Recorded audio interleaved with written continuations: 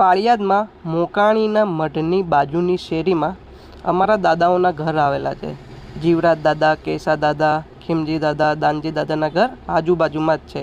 આ ડેલો જોઈ રહ્યા છો જે જીવરાજ દાદાનો અને ચંપાબાનો છે. આ જ ડેલામાં ગણ્યા દાદા, પાર્વતીમાં તથા તેમના દરેક છોકરાઓ અને છોકરીઓ અહીંયા જ રહેતા હતા.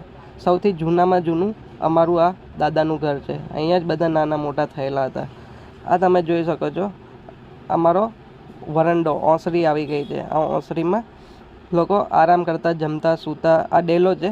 ડેલો એ ગામડાઓનો ગેટ, ઘરમાં અંદર જવા માટેનો ગેટ પ્રાચીન છે. જીવરાજ દાદા અને ચંપાબાનો ભૂતકાળ આ જ ડેલામાં અને આ જ ઓસરીમાં વસેલો છે. હજી પણ એમની યાદો ઘણી આવતી હોય છે. અમને દાદા ઘણા સાચવતા, મોજ કરાવતા, વાડીએ લઈ જતા.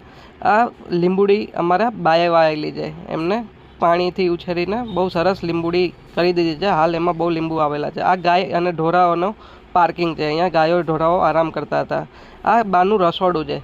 આ રસોડામાં બા રસોઈ બનાવતા હતા અને અમને ગરમ ગરમ જમાડતા હતા. જ્યારે વેકેશન કરવા જતા ત્યારે આ રસોડામાં અમને બેસીને ચૂલામાં સાઠીઓ સંકોરવાનું કામ ગમતું. આ પ્રાચીન કબાટ છે, બાનો કબાટ. અહીંયા ગોળ, ઘી, તેલ, અનાજ કટાણું અહીંયા મૂકતા હતા. હવે અમે આવી ગયા છે અમારા માતાજીના મઢે. માતાજીનો મઢ અમારા ઘરેથી માત્ર 100-200 મીટર દૂર છે. અહીંયા માતાજીના મઢમાં કલર કામ કરીને નવું બનાવી દેવામાં આવ્યો છે. અમારો મઢ પહેલાં પાળિયાદ ગામમાં નહોતો, પહેલાં તુરખા ગામમાં હતો.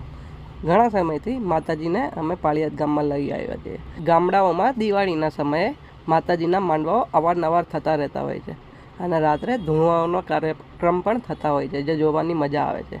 રાતથી લઈને સવાર સુધી ડાક ડમરુઓના પ્રોગ્રામ થતા હોય છે, જે અમને જોવાની ઘણી મજા આવે છે. આ મંદિરનું કન્સ્ટ્રક્શન, બાંધકામ, ટાઇલ્સ ફિટિંગ, મંદિર, આ બધી જ સેવાઓ અમારા કુટુંબના દરેક વ્યક્તિઓએ આપેલી છે.